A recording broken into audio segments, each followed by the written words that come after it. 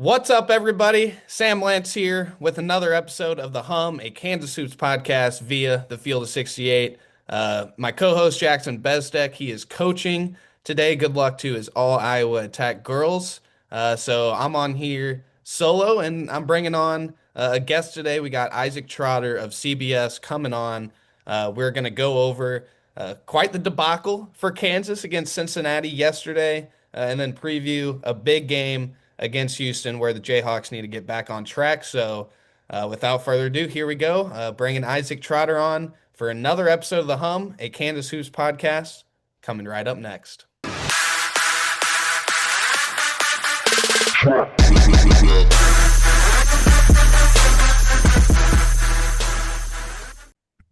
All right, everybody, as you can see, we have Isaac Trotter joining us now, a national college basketball writer for 24/7 Sports and CBS. And Trotter and I, we've crossed paths a couple times before here and there, but yesterday got to sit by each other during the game and chat through that one. And now he's coming on the podcast. So, Trotter, thanks for putting up with me yesterday, and thank you for coming on.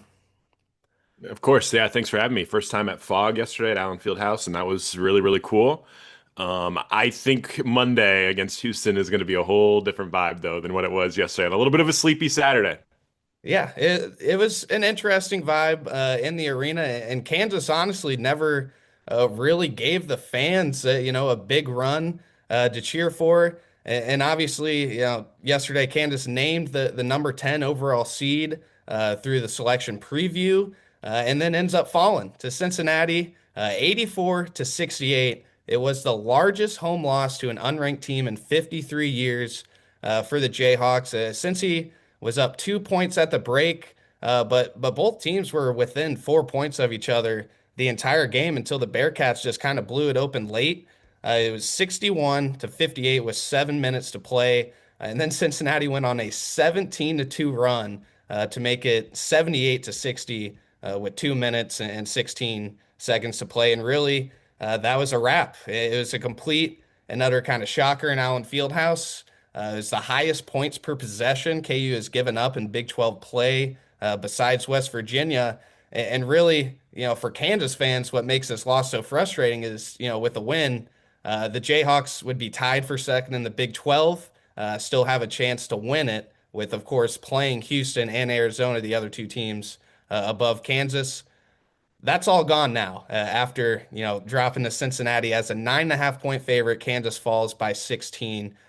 Trotter, I guess what can we take away from what we saw yesterday? I think my bigger concern was just how Cincinnati took Kansas's will in the paint.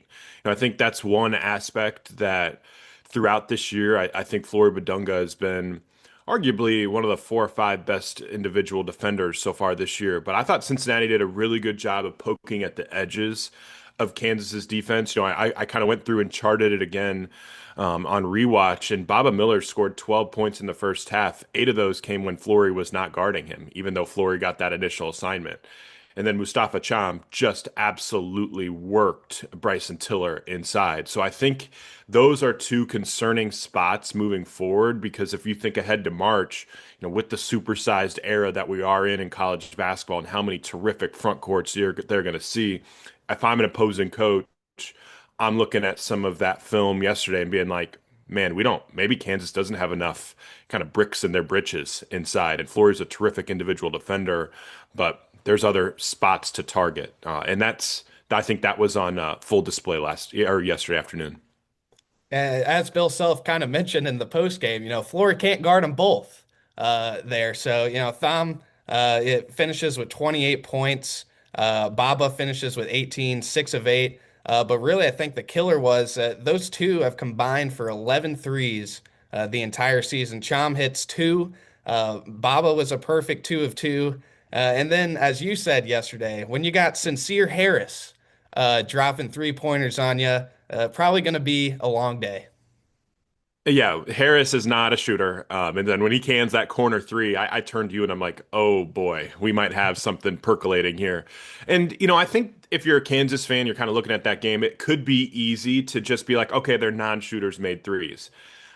I was a little bit, I kind of view it a little bit differently. I felt like Cincinnati just took their will and the threes were just kind of like the cherry on top. Mustafa Cham is a good three-point shooter who hasn't shot threes well this year. Baba Miller made over 33s last year for FAU. Like he's a capable three-point shooter.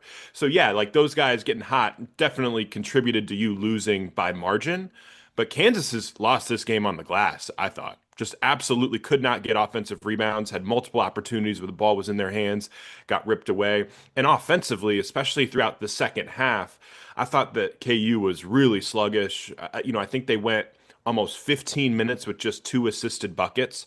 That can't happen for a Bill Self-coached offense. It's just not what you kind of look like for a Bill Self-coached offense either. So, yeah, the threes hurt and maybe contributed to you losing by 16, but I thought there were other aspects of the game that ended up why Kansas lost. I don't think the threes from the non-shooters were the reason there. Yeah, the rim protection was kind of a big deal. I mean, Kansas comes into this game top 10 nationally in block percentage, and Flory and Bryson have really been solid. The Jayhawks had a season low 2 blocks in this game, and really, Cham just whenever Kansas kind of got it manageable in the middle of that run, Cham finishes over his shoulder twice there. So I guess, yeah, is this going to be a concern for Kansas long term, or is just Cincinnati's front court had a hell of a day? What do you think, Trotter? I think it could be a concern in specific matchups. I think if you're you dropped that four line and you're on the and you play a one seed in the Sweet 16 and you're playing in Arizona or you're playing a Michigan again, I think that those kind of hot spots could be popped up again. I actually don't think it's going to be as big of a concern against Houston, and we'll kind of get into that in a little bit. It's not going to be something I think will rear its ugly head against Houston, but I just think that there are the best teams in the country have three or four bigs that they can trust. Kansas has two. And Like, and both I think and it's a, both start. right. And I think that might be like the difference between the great teams that we've seen in college basketball and Kansas, who I think they're a tier two team. And I think yesterday kind of showcased some of the issues that they have. Tier two teams make the Final Four all the time. Like that doesn't mean that like you can't have the type of season that you want. But I think like Paul Mbia not being able to be a rotation piece for you right now, not having a third big that you could really throw in there that has some extra girth for some of those lineups, I think could be something that maybe holds this group back. But it will be matchup dependent moving forward. Because if you get the right draw, I think you could see KU in the Final Four. If you don't get the right draw and you're playing a team, kind of double big lineups at the Sweet 16 or even round of 32, I think that's where you could see Kansas maybe potentially go out earlier than expected. The two teams, Trotter, Illinois and Michigan. Those are the two teams. If I'm a Kansas fan, I think I told you this, that those are the two teams. Nope, no want no part of either of those. Offensively, you kind of mentioned this yesterday. I thought the ball just didn't move very crisply. You got to give Cincinnati credit though. They played great, and at halftime, Trotter, you kind of said that good defensive teams can really kind of shrink the court on Kansas. I guess what exactly did you mean by that, and how did you just kind of see that play out against Cincinnati? So in my head, I think of like this like gold, silver, and bronze type of mindset for each offensive possession. So like how many gold medal possessions are those? Are like those shots at the rim that you're getting without a dribble, those open catch and shoot threes, basically taking shots you want. I'm watching that game yesterday and I'm like, how often is Kansas taking the shot that they want against this defense? It wasn't. Like it was a lot of stagnation throughout this half court offense. And the personnel is something that I think just I can't kind of keep going back to. Like Melvin Council's had an unbelievable year. He's not somebody that opposing teams are super stressed out about at the 3-point stripe, right? There's been multiple times this year where he doesn't make the three in a game. Obviously, he's capable of going nuts like NC State learned out, but he is an inconsistent 3-point shooter. Trey White is not a guy that I would trust to make three or four threes on every single night, even though he's been, by the percentages, a good He's type of shooter regressing this year. back to the mean. He's regressing back to the mean. Correct. Bryson Tiller, Flory Badunga. So like when you have four guys on the floor that are objectively non-shooters or below average shooters for their position, I think you're seeing smarter defenses really shrink the floor. They're loading up the paint. They're making it hard. And outside of some empty side pick and rolls yesterday where Flory was able to kind of go to work with Melvin, it felt like there just wasn't a lot of cracks that Kansas could get into. I thought Bill Self brought up some good points in the press conference. Their screening yesterday wasn't good enough. Their ball and body movement wasn't good enough yesterday. And especially in that second half, when you started to see team like the game start to wobble a little bit, Kansas's offense needed to get out of jail free card, and they didn't have anything. There just wasn't a good enough approach on that end. They have to clean that up because Houston is just as good at defensively as Cincinnati, if not a little bit better. Out of that timeout down 10, Kansas ends up taking, or I think it was Flory Badunga ends up taking, a mid-range jumper. I get, time was winding down on the shot clock, but for Bill Self to call a timeout and it ends in a Flory mid-range jumper, which we've probably seen maybe 5 or 6 times this year, I think that was pretty telling of Cincinnati's defense. And Elmarco Jackson, too, late. There were several moments where, he kind of tried to take things on his own. He had that three kind of pull up early that maybe wasn't the best shot. So, yeah, got to give Cincinnati credit. Itself said, they didn't, necessarily switch defenses, but they gave a lot of different looks out of those timeouts. And even though they did play man to man, they kind of made it look like zone to start. And this was, I thought, was funny. Self said, "quote We didn't handle that very well, even though we said just run what we tell you." Right. Yeah. No, I think that says a lot about just kind of like how this team is still kind of figuring out kind of its identity. Because you're right. Like it was a 1-3-1 zone that's kind of match switched up into a matchup man basically at the end of it. And Kansas wasn't getting into their action till like 13 seconds left on the shot clock multiple times. Like that's just untenable. You're not going to win games when stuff like that continues to pop up. And full credit to Cincinnati for their game plan. I thought they did a good job of outside of the Flory lobs. Like, did Kansas get many shots at the rim in a half court situation? Very few. They forced Melvin into some really tough floaters. I thought they were very, very physical with Darren Peterson off the ball. Did not give him much airspace at all. Um, I thought they did a really good job. That being said, Kansas just has to execute at a higher level, and I think this is a kind of a sign of like, hey, it's late February. All these other teams have kind of figured out their flaws earlier in the season and had time to kind of adjust. It feels like Kansas is kind of behind the eight ball in that exploratory phase of kind of figuring out who we are and what we do at a high level. Partially because of DP being in and out of the lineup and just not enough reps for this, the five-man group that we expect Kansas to have on the floor a lot in the NCAA tournament. That's actually where I wanted to go next with you, Trotter. The Darren situation just in general has in the last week has gone from a national college basketball story to a national sports story. I mean, whenever you have Stephen A. Smith and Skip Bayless commenting, that's whenever things have kind of blown up a little bit. And this is what I think is really interesting. Kansas without Darren Peterson is now 9-2. The two losses are to Duke and UConn. And Kansas, like the Duke score doesn't really show it, but Kansas was in both those games, like right into the Yeah, very end. no And question. without Darren Peterson, Kansas has beaten Tennessee, who is really starting to come on lately, and Arizona, who of course has been one of the top teams all year long. With Darren Peterson on the court, Kansas is 11-5 versus 9-2. Whenever Peterson plays 30 plus minutes, there's been 7 games total, 21.1 points, 4.6 rebounds, 1.4 assists to 1.7 turnovers. And then he's also shooting under 35% from the field and then 37% from three.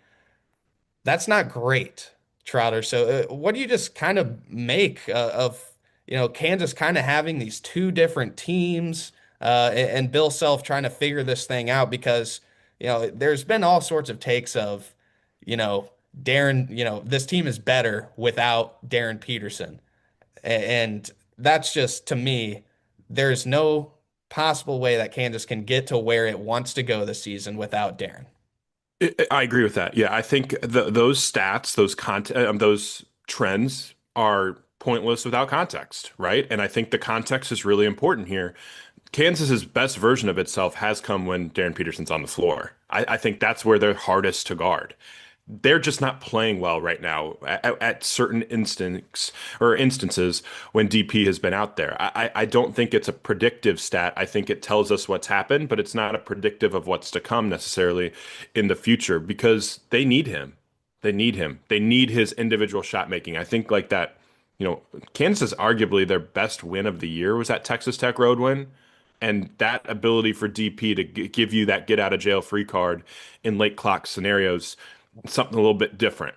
It's something a little bit different. And so I think like with Skin, when you kind of just look at the personnel, if we're going to have a low volume 3-point shooter at the 1 and a low volume 3-point shooter at the 3 and a low volume 3-point shooter at the 4 and a non-shooter at the 5, you better have a two guard that can have a strap, and DP has a strap. And so I think that's where it's like connects the dots there for this group. And it's late February. They just got to figure it out. And I think the reps are really important. I think keeping DP on the floor for long stretches is important. And the narrative nationally, it feels a little bit unfair to question if he loves basketball or if he loves playing for this team. Because I would have expected him to shut it down far, far earlier He if could have that shut was. it down after the BYU game and been the number one pick in the draft. And Michael Swain, the 24/7 sports guy, he went and talked with Finkelstein on one of the CBS shows about it the other day, and I thought he made some really good points just about him clearly looking hobbled too. I mean, I Yeah. watched him in high school. Like Darren doesn't look the same. He doesn't look the same. Doesn't have that same lift on his jumper. I mean, like Darren in high school was getting downhill with the utmost ease, and we see that in flashes now. But then there's times where, like yesterday, he pumps and goes and tries to pull up a midi, gets like 2 inches off the ground, maybe. So, yeah, I just think Trotter, it doesn't help when you have, AJ Dybansta last night, 40 minutes, just, leading his team, saying in the post game how there's no chance he would come out. And you got Acuff, was in a boot, apparently drops 49 points. I think those are some of the sort of the things that don't necessarily help out Peterson with, the national media pouring on. Yeah, the optics look a little bit different. But that being said, he played 32 minutes last night, full allotment, never came out of the game, basically. I mean, I think he got subbed out with just about two to go, but the game was well in hand at that point. But I think if you actually watch the game, you could just see that DP isn't himself. I think there was a play yesterday that I noticed specifically in transition. Cincinnati has a run out, and DP went up to try to block that shot and really couldn't get off the floor. Yeah. And I think we both know that like the best version of DP is probably sending that thing to the fourth row. And so I think that's the concerns that are starting to manifest. And it's probably why Kansas might not win the championship this year. Like if you can't win the championship without DP being the best version of himself, not in this era with how many great teams there are, and it's just unfortunate. And he's taken arrows in the media, and part of that is certainly, frustrating, I think, for him because he feels like some of the narrative is unfair.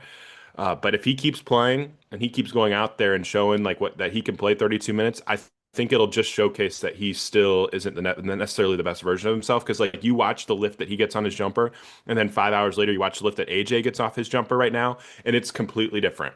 And you could just tell that one guy looks really healthy and the other guy just doesn't. Yeah, and Kansas is going to need him. Kansas is really going to need him. And the more time, a lot of people don't realize there's still a lot of time, honestly, for before March for Peterson to kind of get acclimated with this group. And you can tell, when Peterson's not out there, that five, like the ball movement, the side to side movement, it is a lot crisper, and it's because those guys have just had a lot more time together on the court. So hopefully KU is able to stack some games with Peterson here, and that'll kind of be what that five looks like as well. All right, Trotter. That pretty much wraps it up for Cincinnati. We're going to send it to a quick break. When we come back, we're previewing a big one in Allen Fieldhouse. The Cougars are coming to town. Stay with us, y'all. There is no sport in America that is more difficult to follow than college basketball. It can be overwhelming. That's where the Field of 68 Daily comes into play. The Daily is your go-to source for injury updates, recruiting news, and transfer portal additions that actually matter. For just $50 a year, get access to the same information that your favorite team's coaching staff is subscribed for. Quality content can be hard to find in the college basketball space. The Daily is here to help you with that. All right, Trotter. The Kansas Jayhawks are hosting Houston tomorrow on Big Monday. A lot at stake here. The Jayhawks obviously need a rebound, and Houston has now lost 2 games in a row coming into this one. Here are the stats that I'm going to lay out for you, Trotter. Kansas is 40-0 in Allen Fieldhouse on Big Monday under Bill Self. KU hasn't lost back-to-back games in the Fieldhouse since 88-89. And on the flip side, Houston hasn't lost 3 straight since 2017, and Kelvin Sampson could become the first coach to win 2 games over Bill Self ever in Allen Fieldhouse. It feels like something's got to give here, Trotter. Well, I'm just, man, maybe Twitter's gonna have a really hard time figuring out which team needs this more. You know what I Yeah. mean? There's always the tweets of like, well, this team just certainly needed it more. They played harder than the other one because they just needed it so much. Because it's a really good get out of jail free card for those people because you don't watch basketball sometimes, right? It's easier to say the other team wanted it more. Both these teams need this game. Both of these teams are absolutely desperate. And I think you're going to see the best versions of both of these teams because both these coaches, you just don't expect their teams to play poorly. And, I went and rewatched that Houston game yesterday against Arizona. I thought Arizona did some really nice things against them for the most part, kind of pivoting to a smaller ball lineup look. Kansas obviously is going to have that a little bit at times. And, for a team that like Kansas that just struggled with offensive rebounding, if I'm Houston, I'm like, well, I got to go after the offensive glass against Kansas. That's going to be a certain hot spot. But the underrated part about this is Houston doesn't throw the ball to the post. That's just not a big part of their game right now. Kind of look at some of the advanced stats. Just 27% of Houston shots so far this year come at the rim. It's one of the lowest marks in all of college basketball. So yeah, this interior defense that we just talked about with Kansas getting fried. Yeah, against Cincinnati it did. I don't know if Houston has the personnel to kind of pull this off because Houston just takes a whole lot of jumpers because they don't really trust guys like JoJo Tugler with their back to the basket to make a bucket. What I find interesting about Houston is, Ken Palm introduced his new 2-point distance stat. Where do you think? I don't know if you know. Where do you think Houston ranks in that stat? Knowing that they don't get a lot of rim rate or a lot of rim rate shots, I would say like 363rd. 364th. Not too bad. Not too Wow. bad at all. It is kind of interesting too because it's kind of a flip from last year. They're giving it in there to Jaywan Roberts all the time. Trotter, the matchup that I think everybody is really wanting to see, NBA scouts, just fans of ball, is Kingston Flemings versus Darren Peterson. In my mind, I think these are probably the 2 top guard prospects in the draft this year. I know Acuff is right there, but I mean, these 2 guys, Flemings can really go. What are you just excited about watching those 2 go at it? Flemings is such a freak show. I've said this before, but he reminds me a lot of an NFL running back with his jump cuts. Just jump cut, jump cut, jump cut. Violent athlete. Plays hard, like every trip down the floor. I think he has the right mindset about him. And he has certainly changed. I think he's mentally tough because, like, when the jumper kind of betrayed him for a long stretch in Big 12 play, it hasn't stopped him from being like, look, I trust the work I put in, and I'm going to take my open ones and go from there. He is an absolute dog, and he is one of my favorites. And the beauty of it is I actually think that him versus Melvin Council is actually going to decide this game. DP is a terrific player, but Melvin Council is probably going to be the guy that gets that assignment on Kingston Flemings. And Houston's best version of itself kind of comes when Kingston's able to get 2 feet in the paint, just start spraying it. You see Milos Uzan start to be able to tackle on closeout. You see Manuel Sharp be able to shoot 25, 26-foot bombs from the parking lot. All of that kind of comes off of Kingston Flemings being able to get to the paint. If Melvin Council can square him up, get skinny over the top of screens, and keep him from getting into the paint and being a distributor and a scorer, I think that's when Kansas's defense has a chance to get some stops against this group. You know what I think would be interesting is a end-to-end race. Kingston Flemings, Melvin Council, line them up on the baseline, put a basketball in their hands. Who is getting to the other side of the court faster? It honestly, Lightning quick. I think these are the two. If you had to pick two people in the country, I don't know if there's two that you would pick over these two. Rob Wright maybe in that conversation, Donovan Dent maybe in that conversation, but you're right. They're 99th percentile speed scores, no question, between both these dudes. And I do think that transition, whoever is able to win that push pull in transition, could be a way that this game tilts a little bit because Houston doesn't want to run a ton, but they can be advantageous in transition, especially with these dynamic guards. In Kansas, we know like when they can turn defense into offense, that's when they get really, really scary as well. But yeah, I feel like Kansas's interior defense was kind of showcased some of their flaws against Cincinnati. This game is flipped because I think it's the perimeter defense that's going to have to win you this game because pound for pound, I would take Uzan, Sharp, and Flemings over any backcourt in America right now. All three of those guys guard. All three of those guys can play on and off the ball. All three of those guys can make jumpers. All three of those guys are ultimate competitors. It's the best backcourt in America, and Kansas has to turn their water off. This is something that I thought has been really interesting from Houston lately. They've kind of struggled to turn teams over. Iowa State with just the three turnovers, Arizona with just the five yesterday.